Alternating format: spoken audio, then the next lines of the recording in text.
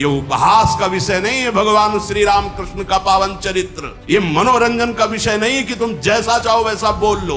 नहीं, ऐसा नहीं है, ये नहीं है। ये धन कमाने का विषय नहीं है, ये परम धन कमाने का विषय है, परमानंद प्राप्ति का विषय है।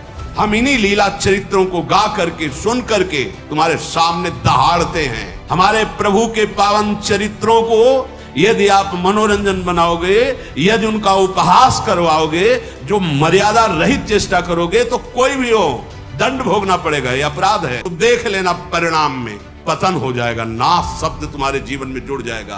तस्मात् शास्त्रम प्रमाणम ते कार्या कार्यो व्यवस्थितो।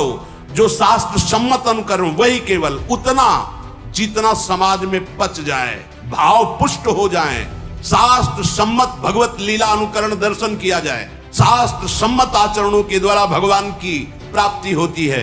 मनमानी लीलानुकरण या मनमानी बोलना या मनमानी आचरण करना, ये केवल नरक प्राप्ति का हेतु हो सकता है, भगवत प्राप्ति का हेतु नहीं हो सकता। जैसा मन आए वैसा संत का नाटक बना दो, जैसा मन आए वैसा भगवंत का नाटक बना दो। केवल मनोरंजन करना चाहिए बस। आप चाहे बोले चाहे लीलानुकरण करे, तस्मात् शास्त्र एक भी शब्द शास्त्र प्रतिकूल बोला तो ये मत समझना कि शास्त्र खिलवाड़ है या भगवान के चरित्र ऐसे ही गा दिए। यह हमारी कृष्ण लीला, हमारे भगवान श्री हरि की राम लीला या हमारे भगवान के पावन चरित्रों को मनोरंजन बनाया जाए, अपराध है, दंड भोगना पड़ेगा।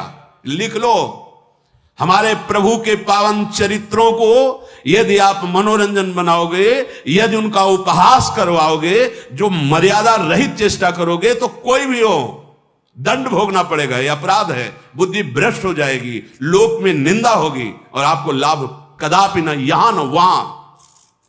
यह हमारा जीवन है। इसी के सहारे से हम भगवदानंद की अनुभूति करते हैं। अगर कृष्ण चरित्र है तो तस्मात् शास्त्रम प्रमाणम, रामचरित्र है तो तस्मात् शास्त्रम प्रमाणम। आप चाहे बोले चाहे लीलानुकरण करे, तस्मात् शास्त्र एक भी शब्द शास्त्र प्रतिकूल बोला तो यह मत समझना कि शास्त्र खिलवाड़ है या भगवान के चरित्र ऐसे ही गा दिए गए हैं।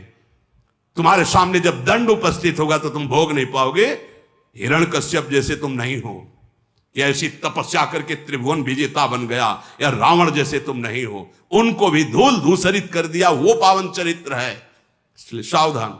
अगर हमारे प्रभु के साथ तुम्हारा खिलवाड़ शुरू हुआ तो तुम्हारे साथ वो खिलवाड़ शुरू होगा कि तुम संभाल ही नहीं पाओगे, क्योंकि त्रिगुणात्मिका माया उनके आदेश से चलती है। तुम्हारा धन, तुम्हारा वैभव, तुम्हारी बुद्धिमत्ता, तुम्हारा पद मिट्टी में